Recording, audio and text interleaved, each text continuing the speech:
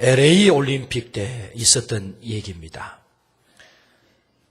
미국에서 열리지 않습니까? LA 올림픽이. 그 LA에는 영화의 메카라고 하는 헐리우드가 있습니다.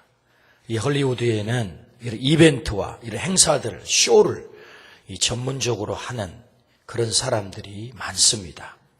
그래서 그 가운데 이 LA 개막식, 올림픽의 개막식을 아주 화려하게 잘 할 수 있는 사람을 선정을 했습니다. 그리고 어떻게 하면 이 LA 올림픽을 가장 화려하게 그리고 미국적으로 보여줄 수 있을까? 머리를 맞대고 연구할 때에 한 사람이 아이디어를 내기를 미국의 상징 이 짐승이 독수리입니다. 흰머리 독수리.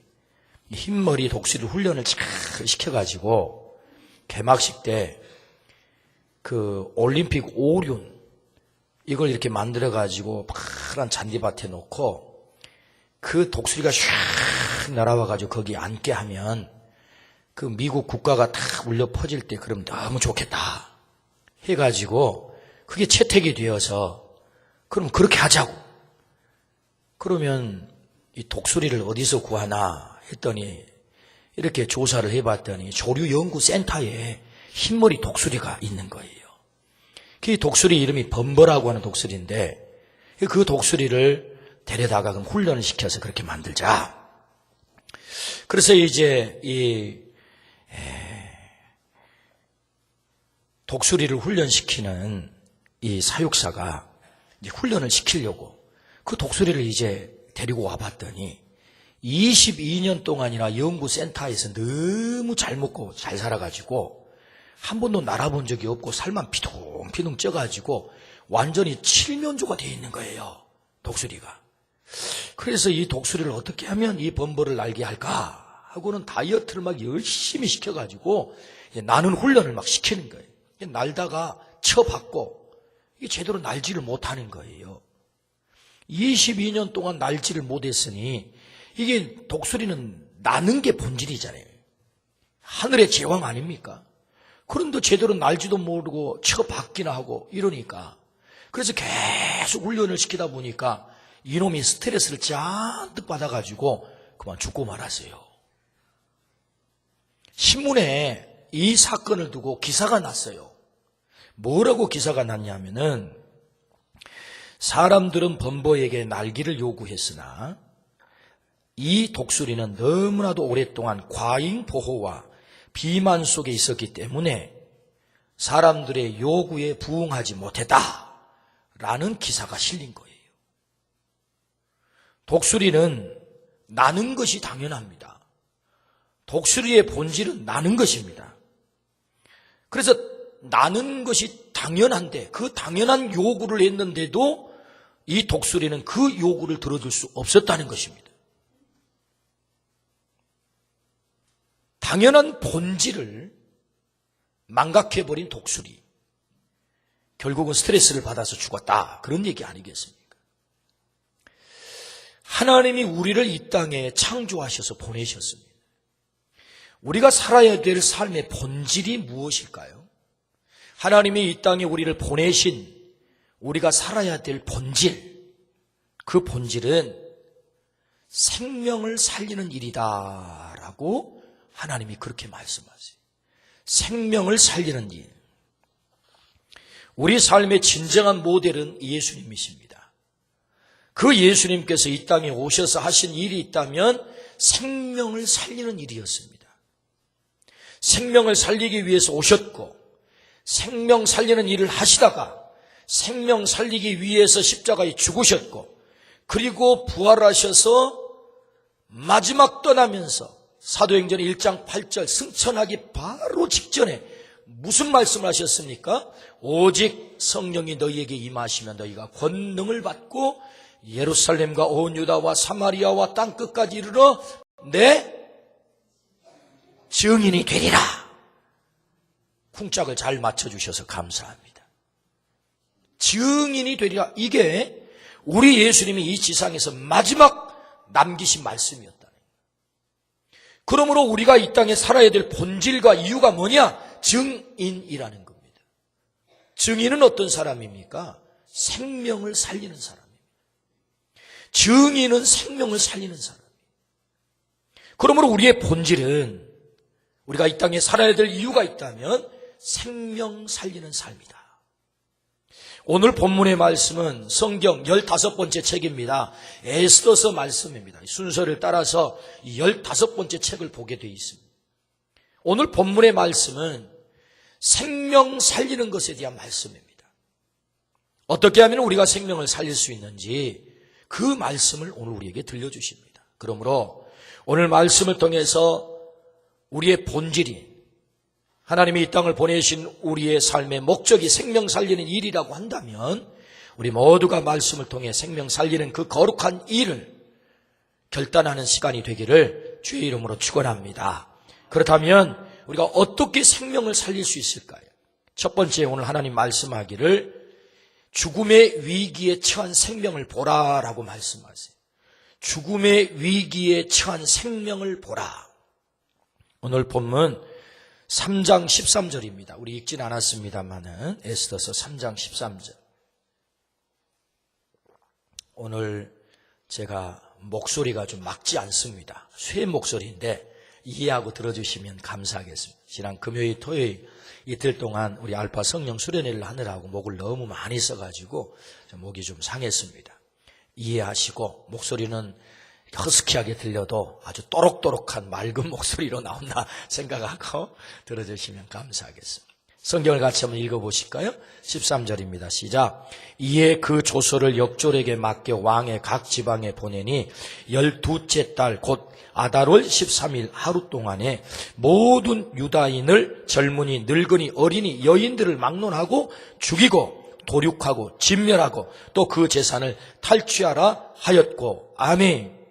이 무슨 얘기냐 하면은 유다인들을 전부 죽이라는 거예요. 언제? 12월 13일 날 유다 백성의 죽음의 위기가 찾아온 거예요. 왜 이런 일이 벌어졌느냐 하면 아하수에로 왕, 이 페르시아의 아하수에로 왕 다음 2인자가 누구냐 하면은 하만이라는 사람이에요. 아하수에로 왕이 하만을 막 높였어요. 한없이 높였어요. 너는 내 다음이다. 그래서 이 하만이 지나가면 전부 무릎 꿇고 절해라 이렇게 명한 거예요. 하만이 얼마나 기분이 좋았겠어요. 그래서 지나가는 곳마다 사람들이 지금 엎드려 절을 하는 것입니다. 그런데 이 모르드게라고 하는 사람만 고개를 빳빳하게 쳐들고 있는 것입니다. 기분이 너무 나빴어요. 그래서 조사를 가만히 해봤더니 이 모르드게가 어떤 사람이냐, 유다에서 포로로 끌려온 그런 사람이에요. 그래서 이 모르드게에 대한 앙심을 품은 하만이 모르드게만 죽여가지고 이 마음이 안 풀리는 거예요. 그래서 그 민족을 전부 죽이겠다 이런 계획을 세운 거예요. 그래서 어느 날 왕에게 찾아가가지고 왕이여, 이 유다 민족은 왕에게 하등에 도움이 되지도 않고 충성도 하지 않습니다. 그러니 이런 족속들은 다 죽이는 것이 좋겠습니다. 하만이 아하수에로 왕이 하만의 얘기를 듣고 보니까 정말 왕에게 충성도 하지 않고 별로 왕에게 해로운 일을 하면 명을 듣지도 않는 그런 족속 둬봐야 이익 될 게 없잖아요. 그럼 네 마음대로 해라 하고는 왕의 반지를 딱 빼줬어요. 왕의 반지를 빼줬다는 말은 옥새를 줬다 그 말이에요. 네 마음대로 조서를 내려라. 그래서 이 하만이 왕의 이름으로 온 나라에 조서를 내리기를 유다 백성들은 12월 13일 날 전부 죽여라 이런 조서가 내린 거예요. 죽음의 위기가 찾아온 거죠. 오늘 이 말씀을 무슨 2500년 전에 저 유다 백성에게 죽음이 찾아왔다 그렇게 생각하지 말고 오늘 우리의 삶의 현장에도 이렇게 죽음 앞에 놓여있는 생명들이 많다는 것입니다. 그 죽음의 위기 앞에 놓여있는 생명을 바라보라라는 말씀이 오늘 첫 번째 우리에게 들려주신 말씀이에요. 어떻게 우리가 생명을 살릴 수 있습니까? 죽어가는 생명에 대한 그 심각함을 우리가 자각할 때 생명을 살릴 수 있다는 거예요. 오늘 이 시대에 많은 사람들이 자기가 죽어가는데도 죽어가는지 모르고 살아가는 사람들이 많습니다. 그것이 더 심각한 위기입니다. 목사의 사역 가운데 곤혹스러운 사역이 몇 가지가 있는데 그 가운데 하나가 하나님을, 예수님을 믿지 않고 떠난 그 가족이 있을 때 그 믿는 우리 성도가 목사님, 그래도 목사님이 이 장례 집례해 주면 좋겠어요 라고 초청을 하면 거절할 수가 없어요. 그럼 가야 된단 말이에요. 가서 이 장례를 집례하려고 하면 참 곤혹스럽습니다. 여러분, 목사가 곤혹스러워도요, 꼭 그런 일이 있으면 초청하십시오. 집례해 달라고. 그러나 목사는 괴로운 것입니다. 사실은.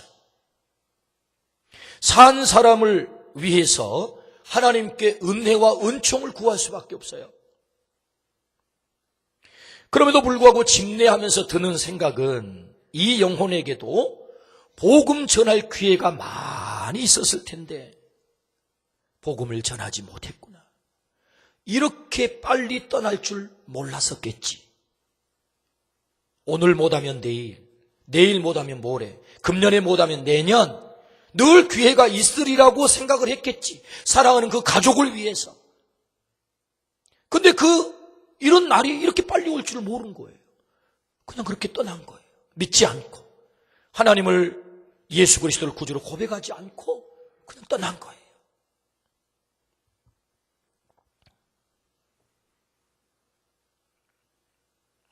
성경은 말씀하시기를 죄의 삭은 사망이다 라고 말씀을 하세요.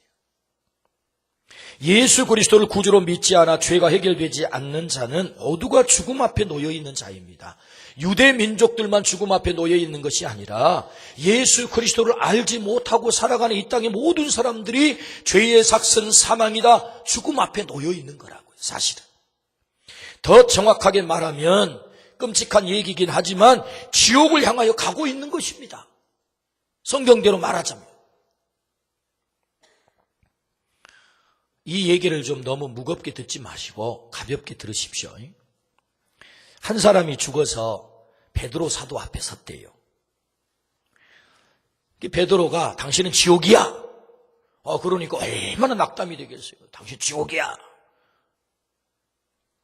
그런데도 다 기어들어가는 목소리로 베드로 사도한테 부탁을 하기를, 베드로 사도님, 이왕 지옥 갈 것은 정해져 있는데 그 지옥이나 구경 한번 하고 들어갑시다.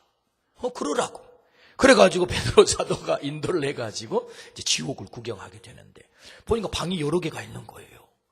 그래 한 곳에 갔더니 막 불이 타고 막 어마어마한 고통 속에서 비명을 지르면서 막 사람들이 죽지 못해서 살아가는 정말 아비귀환과 같은 그런 지옥을 딱 보여주는데 너무너무 끔찍한 거예요. 또 다른 곳은 없습니까? 있긴 있지. 갔더니요, 거기는 굉장히 평온해요. 가만 봤더니 사람들이 모가지만 이만큼 다 나와 있는데 똥통에 모가지만 내고 이렇게 있는 거예요. 그래 이 사람이 생각할 때, 베드로 사도님, 혹시 제가 선택해서 갈 수 있습니까? 그렇다고. 그러면 저 불구덩이 속에 들어간 것보다는 그 똥통이지만 모가지 내놓고 사는 것이 그래도 나을 것 같습니다. 저를 이곳에 들어가게 해주세요. 그랬다는 거예요. 그럴 못할 것도 없지. 그러시라고. 이 사람이 그 똥통에 이제 모가지만 내고 딱 들어가려고 하는데 큰 소리로 들려오기를, 휴식 끝, 1000년 동안 잠수. 네? 휴식 끝, 1000년 동안 잠수. 마치 이 사람이 구경할 때가 언제냐 하니까 그 10분간 휴식할 때 구경한 거예요. 글쎄 지옥에 그런 때가 있는지는 모르겠는데 누군가가 만든 얘기 같아요. 재미있게 하려고.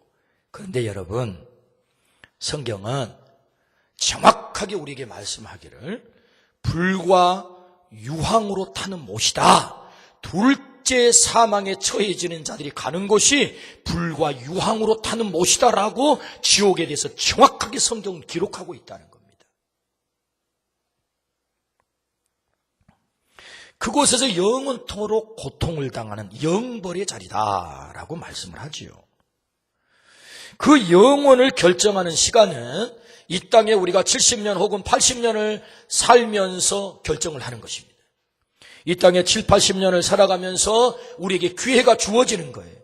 어떻게 사랑의 하나님께서 그렇게 잔인한 그런 지옥을 만들 수 있답니까? 그거 하나님 실수한 것 아닙니까? 아닙니다. 하나님의 사랑을 거부하는 사람이 가는 곳이 지옥인 거예요. 하나님은 70년 동안 혹은 80년 동안 90년 동안 이 땅에 우리에게 계속해서 기회를 주시는 거예요. 내 사랑을 받아들이라고, 내 아들을 받아들이라고. 내 사랑을 받아들이고 내 아들을 받아들이면 내가 너를 위하여 예비한 저 가장 완벽한 하나님의 나라가 너에게 주어질 것을 우리에게 계속 기회를 주시죠. 잔인하신 하나님이 아니에요. 사랑의 하나님이라고. 이미 기회가 우리에게 주어져 있는 것입니다. 여러분, 이 기회를 놓쳐서는 안 될 줄로 믿습니다. 이 기회를 놓치면 안 돼요.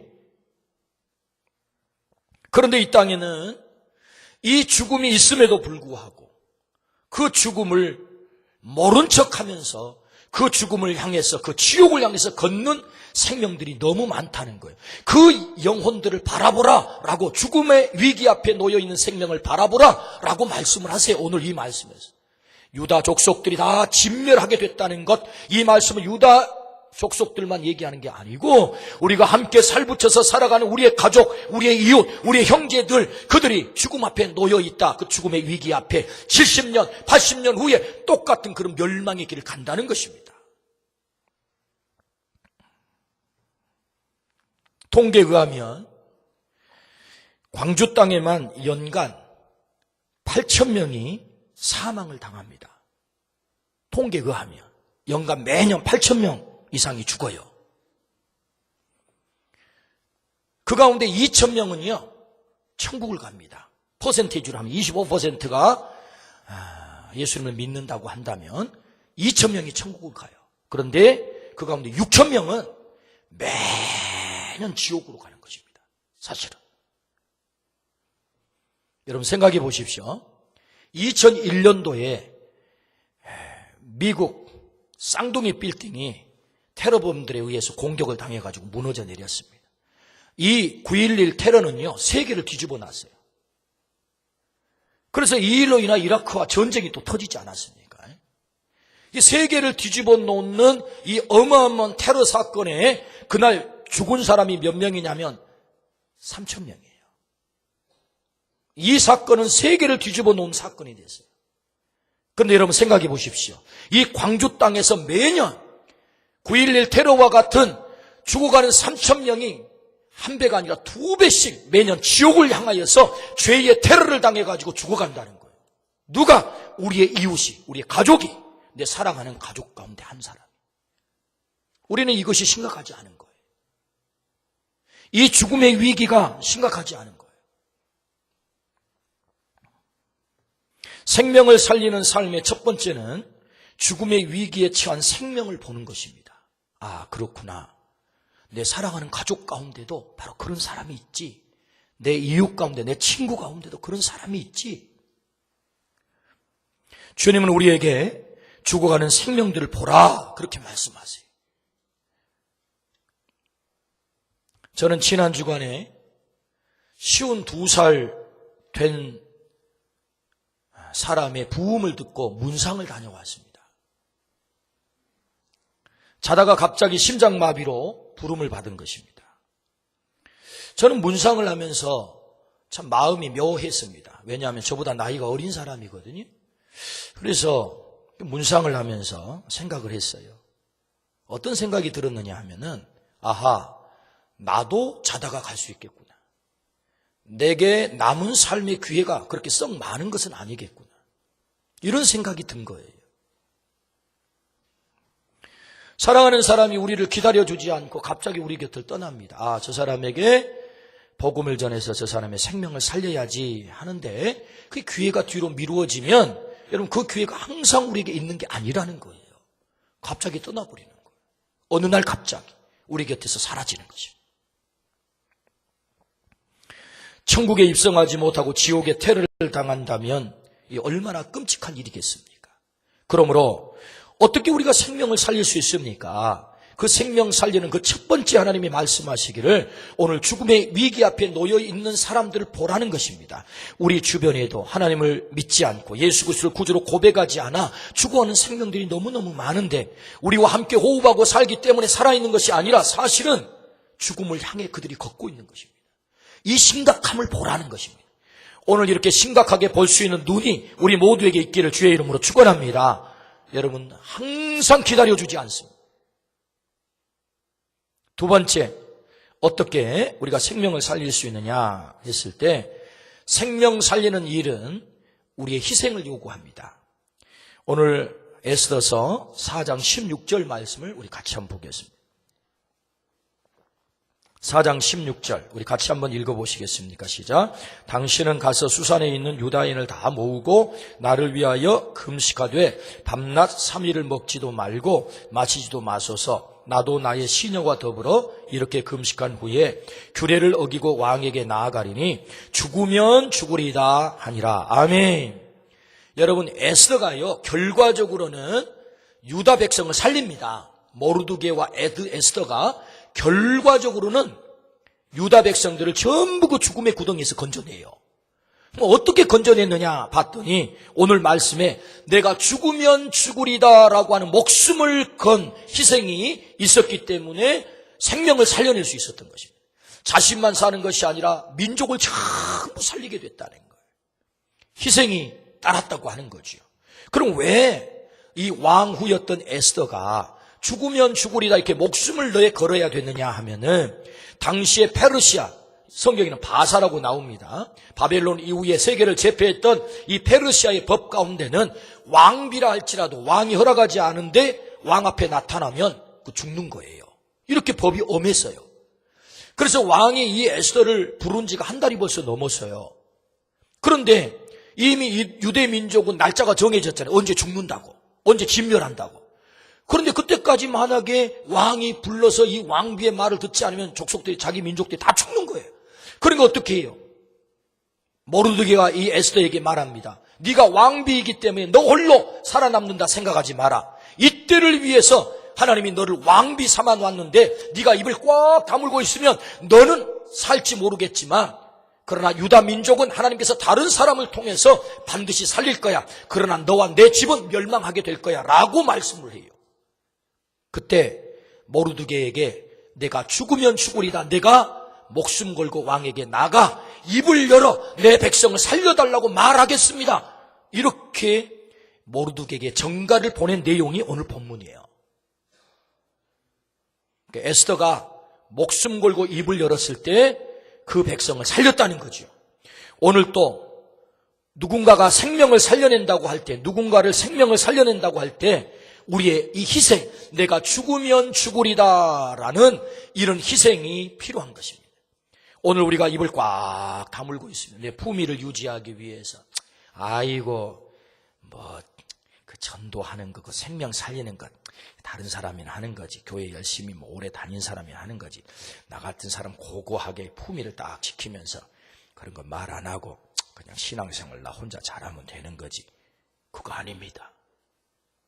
이때를 위하여 하나님이 너를 구원하시고 너를 하나님의 자녀 삼으시고 입을 열어 네가 말하지 않으면 그 생명은 다른 사람을 통해서 살려주실 거야. 그런데 너와 내 집은 멸망할 거야 라는 하나님의 말씀이에요. 그러므로 오늘 우리가 입을 열어 생명 살리는 이 희생을 감당하기를 주의 이름으로 축원합니다.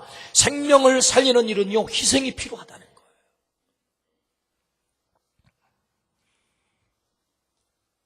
하나님도 우리의 생명을 구하시기 위해 하나밖에 없는 아들을 희생을 시키셨어요. 하나님의 마음이 얼마나 아프셨겠어요. 하나밖에 없는 아들을 이 땅에 보내 그 처절한 십자가에 피를 다 흘리게 하시고 채찍에 맞게 하시고 그리고 십자가를 지고 죽게 만드셨단 말이에요. 이게 하나님의 희생이거든요. 예수님은 자신의 몸을 깨뜨려서 우리를 건지신 그 어마어마한 희생을 통해서 나를 살려주신 거예요. 왜? 너도 입을 열어 죽어가는 생명을 살리라고. 우리를 살려주신 줄로 믿습니다. 이때를 위해서 너를 살렸다는 거, 이때를 위해서 너를 건졌다는 거. 오늘 죽어가는 그 영혼 너만 건질 수 있어. 너만 만날 수 있어. 오늘 내가 만나는 내 남편, 다른 사람이 못 만날 수 있어요. 나만 만날 수 있어요. 내가 만나는 나의 자녀, 나만 만날 수 있어요.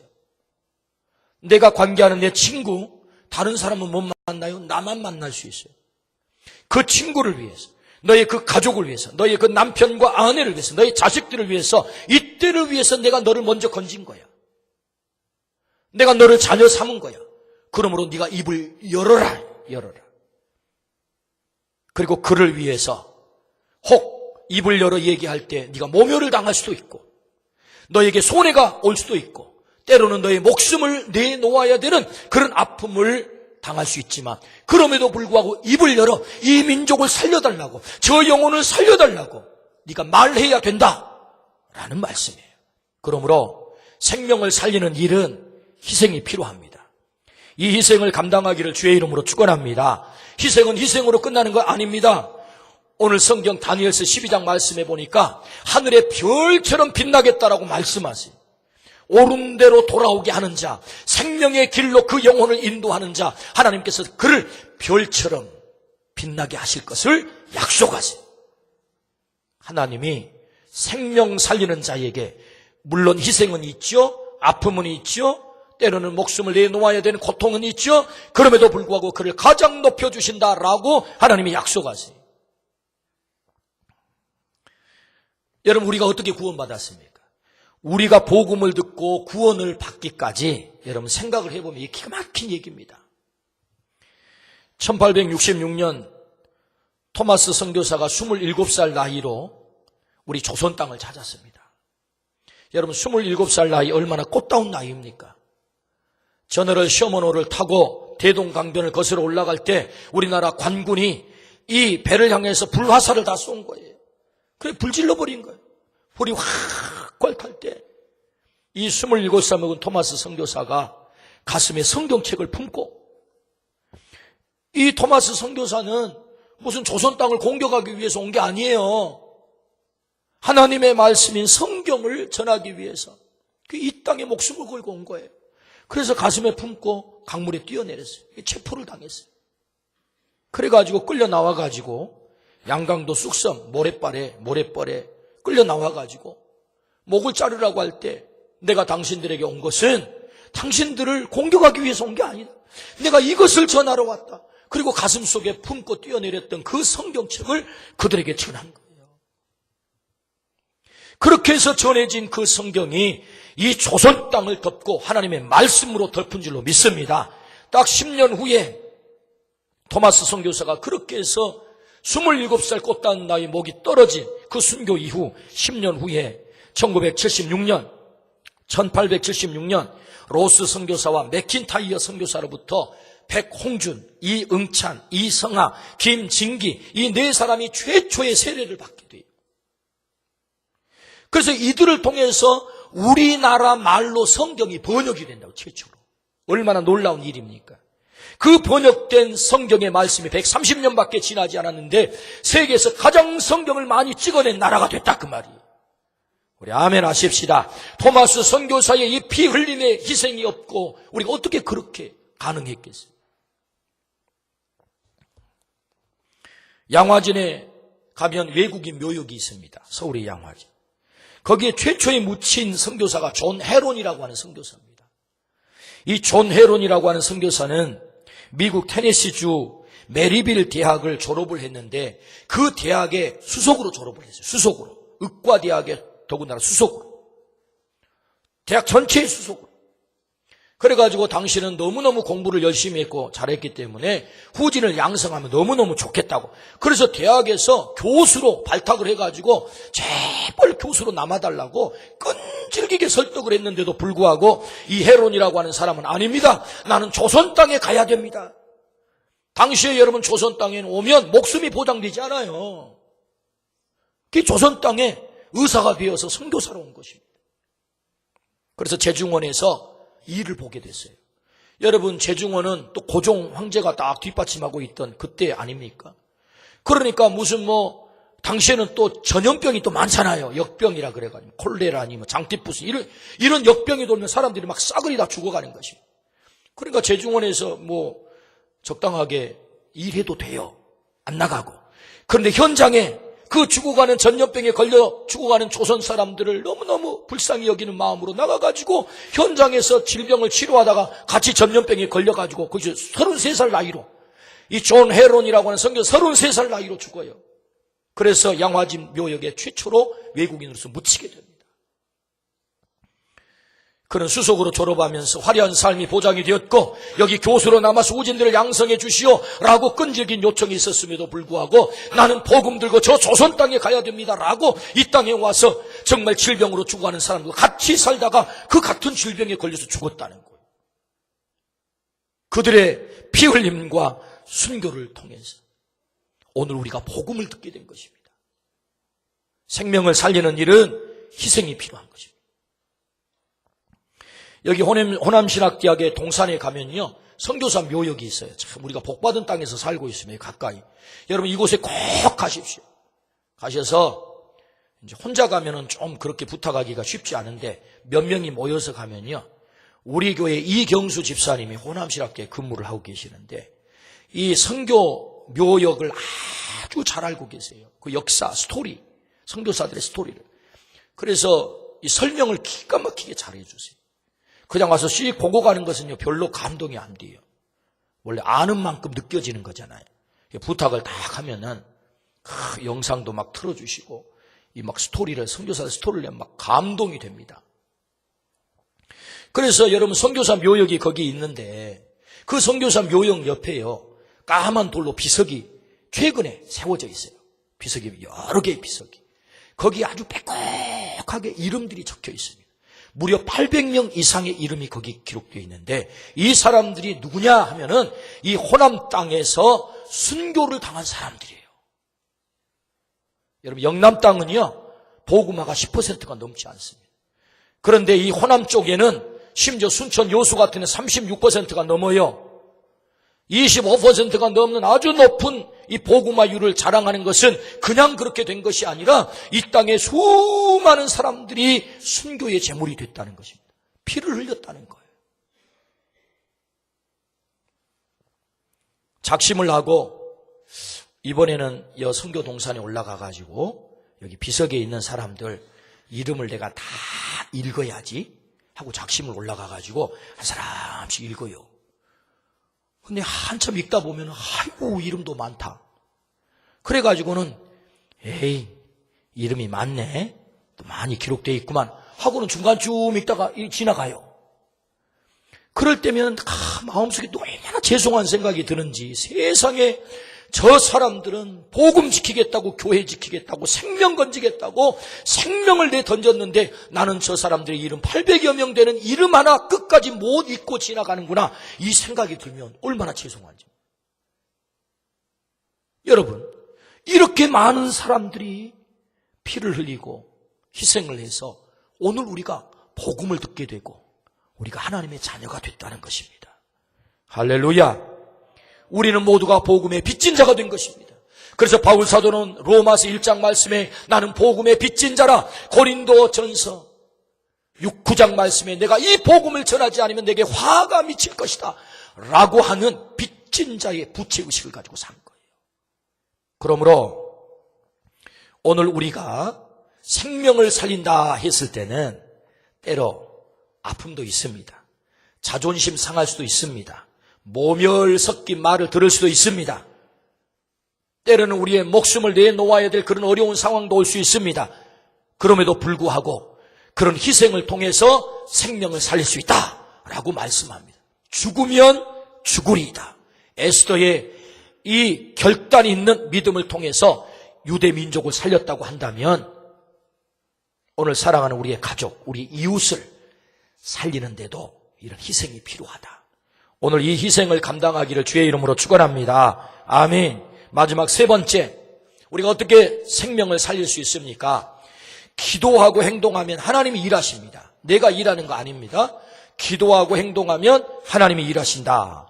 오늘 6장 10절 말씀 같이 한번 보시겠습니까? 6장 10절. 우리 한 목소리 같이 한번 읽어봅니다. 이에 왕이 하만에게 이르되 너는 내 말대로 속히 왕복과 말을 가져다가 대궐 문에 앉은 유다 사람 모르드게에게 행하되 무릇 내가 말한 것에서 조금도 빠짐이 없이 하라. 아멘.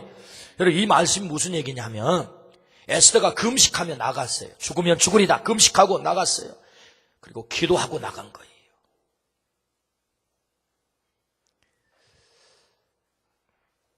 그런데 왕이 마침 그 에스더가 그 뜰에 딱 등장을 하는데 그날따라 아주 왕의 눈이 그냥 뿅 간 거예요. 너무 아름다워 보이고 너무 사랑스럽게 보인 거예요. 그래서 이 왕이 지팡이, 금규라고 그러죠. 규는 지팡이를 말합니다. 왕이 들고 있는 지팡이를 내민 거예요. 그래서 에스더가 그 지팡이를 만졌어요. 긍휼을 입었다 그 말이죠.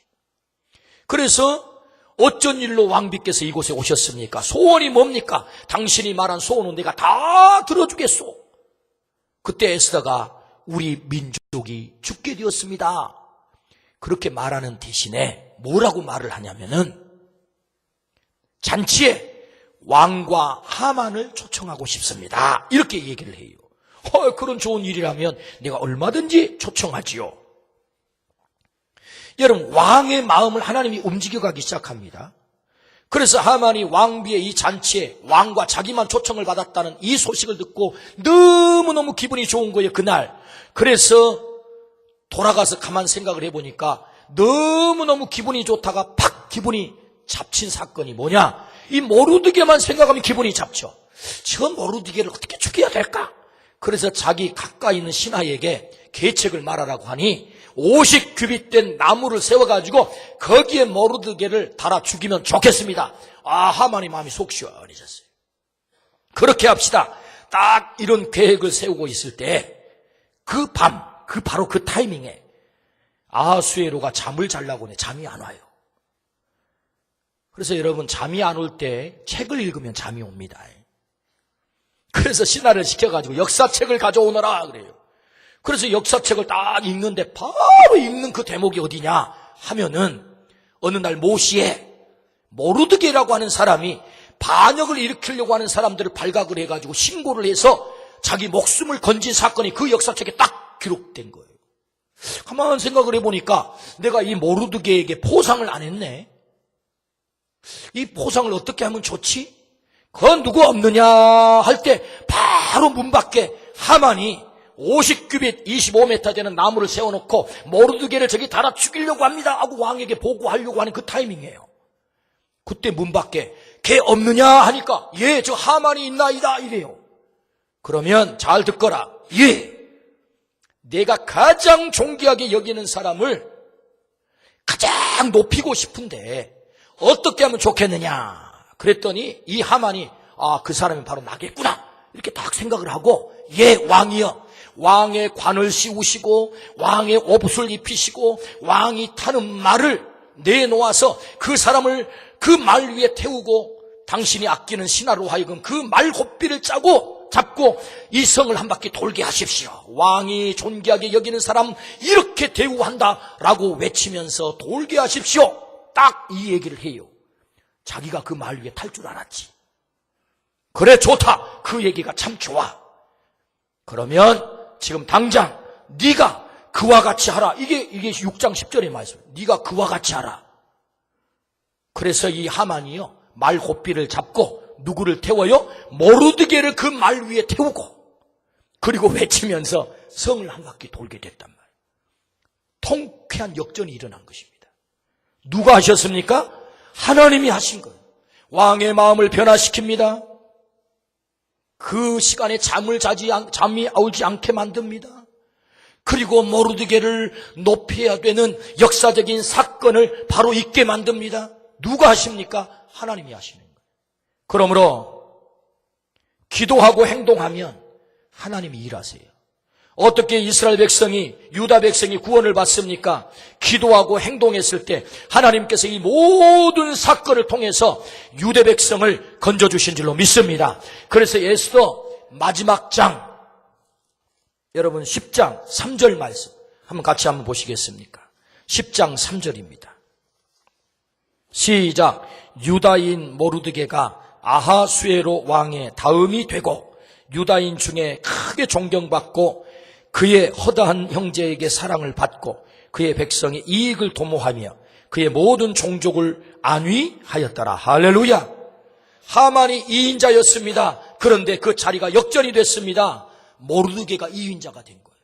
그리고 백성들은 다 살아났습니다. 모르드게를 잡아 죽이려고 하는 그 장대 끝에 하만이 달려 죽었습니다. 누가 하십니까? 하나님이 하십니다. 그러므로 어떻게 우리가 생명을 살릴 수 있습니까? 내 힘으로 할 수 있는 것 아니에요. 하나님을 믿고 기도하면, 그리고 왕 앞에 나아가는 이 생명을 살려달라고, 우리 민족을 살려달라고, 내 이웃을 살려달라고, 내 가족을 살려달라고 하나님 앞에 나가 기도할 뿐만 아니라 가서 절하고 행동하면 하나님이 일하셔서 그 민족을 살려주신 줄로 믿습니다. 이걸 말씀하고 싶은 거예요. 기도하고 행동하는 것이 중요합니다. 어느 교회 여집사님 한 분이 어느 날인가부터 새벽 기도회를 나오는데 이 조그맣게 트렁크 있잖아요. 바퀴 달린 거 끌고 다니는 캐리어. 세상에 새벽 예배를 오는데 성경책만 가지고 오면 될 텐데 이걸 끌고 오는 거예요. 그러니 목사님이 가만 보니까 궁금해 죽는 거예요. 도대체 새벽 예배를 나오는데 왜 캐리어를 끌고 나오냐 이게. 하루도 아니고 계속 끌고 나오는 거예요. 그래서 새벽 예배가 끝나고 목사님이 집사님 내 궁금해 죽겠는데 아니 새벽 예배에 웬 가방 트렁크를 끌고 옵니까? 그랬더니 이 집사님 얼굴이 붉어져가지고 부끄러워서 아이고 이거 얘기하기 힘든데 아이고 얘기하기 어려운데 막 안 하려고 그래요. 그러니까 더 궁금해 죽잖아요. 집사님 가르쳐 줘봐요. 뭐 때문에 새벽 예배에 나올 때 기도에 나올 때 트렁크를 끌고 와요. 제가 결혼한 지 15년이 됐는데 결혼할 때 제 남편이 저에게 약속을 했습니다. 어떤 약속을요? 결혼하면 내가 교회에 꼭 나가줄게 그랬다는 거예요. 근데 15년이 되도록 교회를 안 나온다는 거예요. 하나님 앞에 간절히 기도를 하니 하나님이 아이디어를 주시기를 껍데기부터 끌고 가라 그러더라는 거예요. 껍데기부터 끌고 가라. 하나님 그게 뭔 말이에요? 껍데기부터 끌고 가라. 가만 생각을 해보니까 껍데기가 뭐예요? 신발, 옷, 남편 신발, 옷을 이게 보니까 껍데기더라는 거예요. 그래서 트렁크에 딱 담아가지고 이놈을 이제 끌고 새벽 기도를 나오는 거예요. 그러면서 목사님한테 이 집사님 대답이 껍데기가 나왔으니 알맹이도 나올 줄 믿습니다.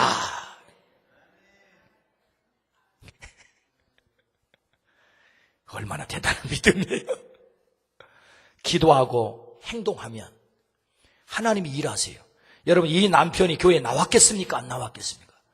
나왔으니까 제가 이 말씀을 드리죠. 껍데기 데리고 나오면 알맹이도 나올 줄 믿습니다. 여러분 생명 살리는 것은요 기도하고 행동하는 것입니다. 기도하고 행동하는 거예요. 하나님이 일하세요. 놀랍잖아요. 오늘 하나님께서 에스더서 15번째 책을 통해서 생명 살리는 일을 말씀하세요. 유다 민족이 죽음의 위기 앞에 있을 때 에스더와 모르드게를 통하여서 그 백성을 구원하게 하세요. 죽음의 위기 앞에 놓여있는 생명들을 바라봤다는 것입니다. 그리고 이 생명들을 건지기 위해서 죽으면 죽으리다 희생을 각오한 것입니다. 그리고 기도하고 행동했을 때 하나님이 절묘한 타이밍에 왕의 마음을 변화시키고 상황을 바꿔주시고 그리고 도저히 변화될 것 같지 않은 그 환경마저도 사람마저도 다 변화시켜서 그 유대 민족을 살려주신 줄로 믿습니다. 오늘 또 죽어가는 영혼들이 있다. 그들을 바라봐라. 네가 그들을 위해서 눈물로 기도하고 행동한다면 내가 일할 거야 라고 말씀하세요. 그러므로 이 생명 살리는 이 거룩한 대열에 우리 모두가 주인공 되기를 주의 이름으로 축원합니다. 아멘. 기도하십시다.